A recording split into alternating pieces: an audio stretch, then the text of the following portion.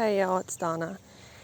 And I was looking at this definition of culture, thinking about the last few videos. I promise I'll try not to do a deep dive into the psychology behind what everybody is thinking. Oh, Rooster is running up on me trying to attack me. I was out here this morning picking cucumbers to jar into pickles. I've already got plenty more jars like this put up, so we'll have pickles galore. And funny enough, my daughter and all her teenage friends, something about young girls, they love pickles. They especially love the homemade ones. And if anybody's wondering, this huge one, I do not like for them to get this huge. This one off to the side. I'm just going to take this one because I can't use it and cut it open and save all the seeds for next year. So yeah, Crow Daddy has gotten especially aggressive ever since Crow Mama had her babies, and if you don't watch this channel, you probably have no idea what I'm talking about. But let's get back to culture. So while I'm canning, I can talk to you guys about this. So I was watching another video about those women that were in Walmart, and they threw a fit because the cops wanted to detain them and walk them out to talk about what happened because they sprayed mace in Walmart. And lo and behold, come to find out, I didn't even mention this in my video, they didn't even get arrested. I just assumed that they did because of all that ensued, But no, they didn't get arrested. They just got a citation, which was what they would have got if they had calmly just walked out with the cops. But judging by that, I would say they probably wouldn't have even got that. They would have probably been let off with a warning. So the conservative twins said something very common sense, and that's the thing about all this. We're discussing it in great detail. People are arguing, and this should be easily understandable, logical, common sense. They said, quit letting these type of people represent you.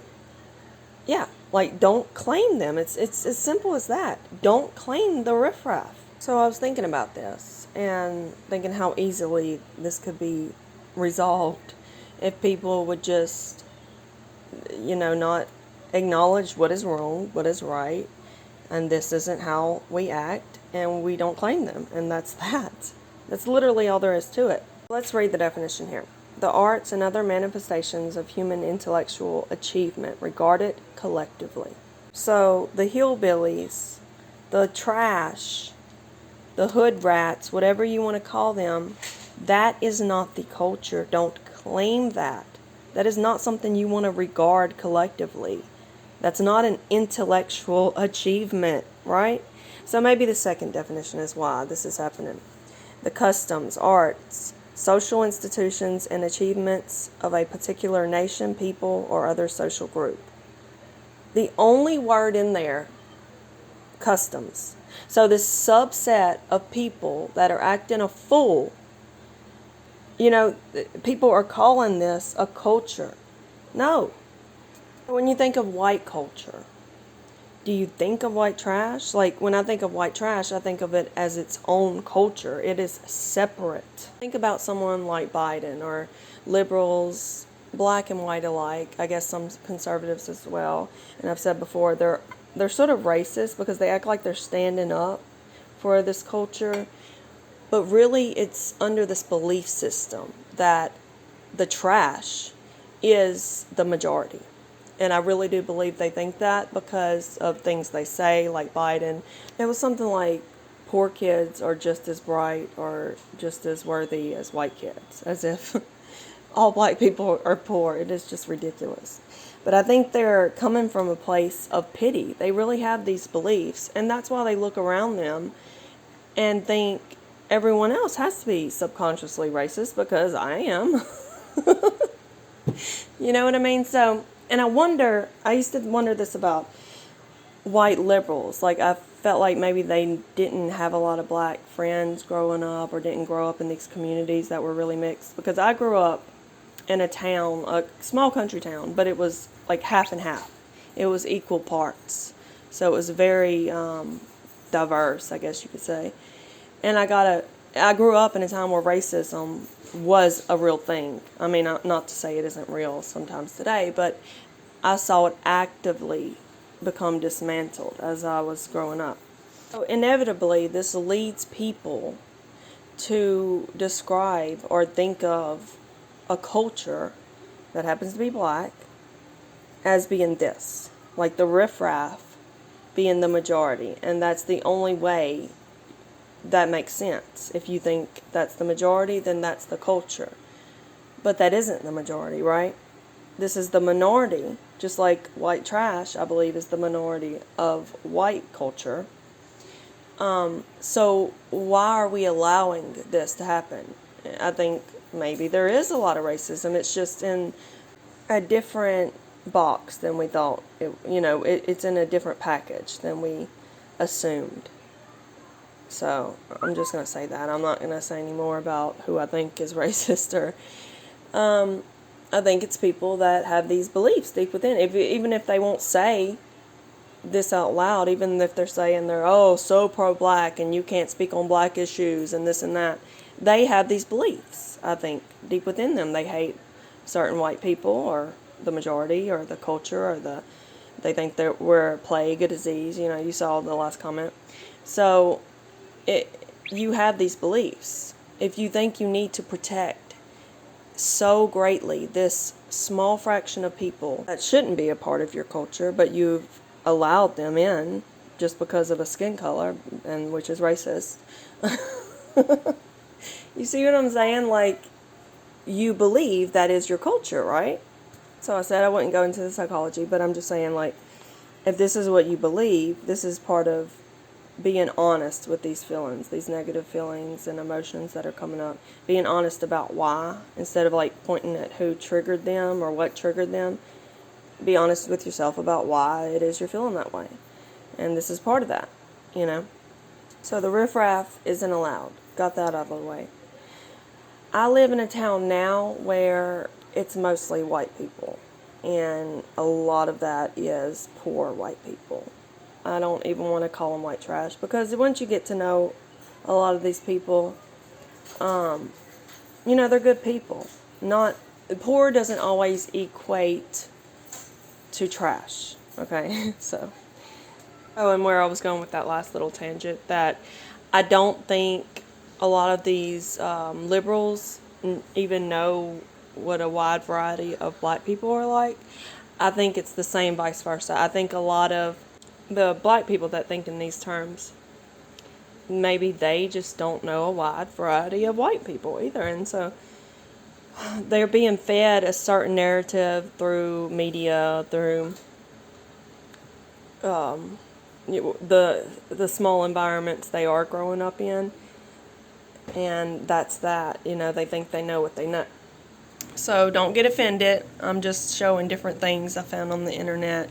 I've got some funnier memes coming up, but I'd never heard of this book, so I thought this was interesting. So when I was, I guess about 19, 20, I don't know. I was, out on my own. I had a roommate, and she happened to be black. We are still friends to this day. So I guess I'll call her Dana for this story. But Dana was always very classy, very responsible, stable, mentally healthy, all of that good stuff. And the house we were renting, her aunt owned it. I mean, regardless, you want to take care of the place you live in. But I also had another friend who is, I don't know if she still is this way, but back then she was sort of ghetto in the way you see these girls acting in Walmart. I could see her doing something like that. I'm just being honest. But we were friends, and she came over and she would always have kids with her, being loud, and she was only over at the house like a couple times. And one of the times, Dana had to come to me and was like, look, I hate to say this, but I don't want her coming back over, because she opened the door one time and just slammed it into the wall, and then the doorknob went through the wall. And, these are things we're going to have to repair. And so that was that. But I'm just telling this story to give you an idea of what most people already know, that there are vast differences in every color of people. And oddly enough, what I was talking about not growing up around a certain amount of diversity or whatever. All of the people I've met from down south or been friends with, none of them think this way. Like this media-driven indoctrination sort of mentality was always something I saw online or, in these Now This videos, or I don't know, it was just, I figured it was like Northerners or something. California, New York, I don't know. But it does seem to be spreading like wildfire. And I truly believe, like, without the media's influence and the celebrity influence and the powers that be, if people were left to their own devices, as I talked about watching racism sort of fall apart, as I grew up, I think that things would just, or they are moving in that direction, but it's almost like we're kind of taking a step back as well. So we're just sort of being guided off course, is the way I see it, to put it shortly. So I'm just sort of rambling off thoughts. This may not be a very cohesive video. Just about culture. I hope that's okay. We're looking at Summer Wells now because this is a case I've been following. As I mentioned, I know so many people like this that are just... Actually, they had a pretty decent-sized home that I think they owned, this family home. There's all the footage from above and around. It was on top of a hill, Tennessee hills. We have hills like that here. They actually live a couple hours from me. So, I don't know, it just feels very close, in a sense. Like, I know a lot of people like this, and it is heartbreaking. This little girl goes missing. It's not in an area where she could have got snatched up without anybody noticing, unless she's left alone for hours at a time, which could be possible. This could be what is going on. There could be neglect, things like that. Her mom doesn't seem very stable. Donnie, the dad, was at work. The kids may be left to their own devices for most of the day. As you see, this is their yard. There's junk, things like that. So, yeah, it's heartbreaking. And, people think the mom has something to do with it, or the dad does, and they have sold her, or this or that. And the reality is, something could have happened to her due to this neglect. I'm not saying that's absolutely what happened. I just know I've seen things like this. And this is what comes with poverty usually. Mental instability. And children grow up in this cycle. And then it just repeats itself. So I just want to add, when I say don't claim them, like the riffraff of the subset of your culture, obviously I'm not talking about the children. I'm talking about adults that are acting out. Like, don't uplift them. Don't try to protect them or anything like that. You can love and want to help them, and the only way to do that is by telling them the honest truth. Sadly, this is the reality. When people don't grow up with the tools they need to be able to operate as a stable, mentally healthy adult, they have to figure out how to do that as adults, and that's really hard. So a lot of people fail after that. Like, they just never figure it out. So I feel like I'm just sort of beating a dead horse at this point. Maybe I won't talk about this topic anymore. But like that last comment that I covered in the other video, he was talking my people and your people and how you can never understand and I can never take advice from you because of, the atrocities that your people have committed and I can't respect that and blah, blah, blah. It's as if you're saying your people are not even human. You know what I mean? Like, we are, regardless of our different cultures, we are all human. We all have the same ways that we think and believe and, love and all of that. So it all comes down to the same things ultimately. If we're raised in a compassionate, loving environment and given all the proper tools and all of that stuff, then it's easy. It's easy to work. And sometimes that still, doesn't work out for people. They still turn out to be crazy, or they're too privileged and they end up being narcissistic in that sense, like they're too entitled and they expect too much from everyone. So ultimately, what I'm trying to say is we're all human regardless, and we can evaluate these negative emotions that come up, and we can work through them, and we can only get better because of it. And as I've said, if you didn't have these tools growing up and love, and you were missing all sorts of things, or there was a lot of trauma, death, things like that, it's really hard to figure this all out as an adult, because you have to like start from the beginning and sort of rewire everything. And then on top of all the mental struggle that we go through as adults, I saw a guy in the store the other day who was telling me, because we used to never, ever have cops down where I live in this little town. You wouldn't see one, ever. So there was never a concern about speeding or anything like that. But recently, for some reason, state troopers have been coming and sitting down here in the evening or night. And this guy was in here telling me, or in the store telling me, that he got stopped like twice, and he's got like 2 tickets piled up, and he can't pay them. And it's always these sorts of people who are struggling, who it's like they never can catch a break to figure themselves out to begin with. So this is like the white supremacy sort of thing that you hear the media talk about, how, you know, the system is made to hold you down. No, the system is made, it's set up in a way, well, that's the people that end up getting in trouble repeatedly, is people that are struggling mentally. And it doesn't matter what color you are. It doesn't matter. Look, go to any town in America, and I can assure you, it is the people that are struggling. In the same exact way that a cop sees a thug, quote unquote, they're not racially profiling them. They're assuming they may be slipping somewhere, and that's why they target them. Is it wrong? Yeah, probably. But you know what's funny?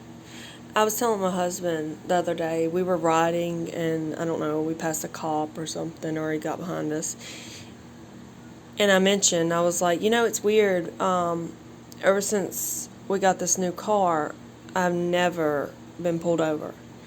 And he said, you never will. And I realized, well, unless I'm speeding or something, like just for, you know, silly, flippant reasons. Yeah. If you're driving an older car, you're going to be targeted more. That's just the reality of it.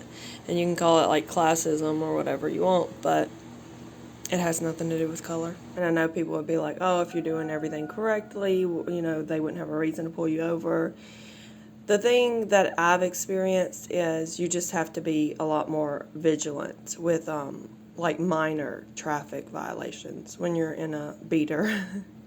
So, for instance, one of the worst drivers I know, she is always, like, not on purpose, but she goes in the wrong lanes. You know, she's turning the wrong way. She's scrapes stuff. She, you know, does little things, little infractions like that. And she drives a Lexus. And it just so happens that she has not been pulled over. So yeah, I'm going to wrap this up with this cool art I found, and y'all have a blessed day.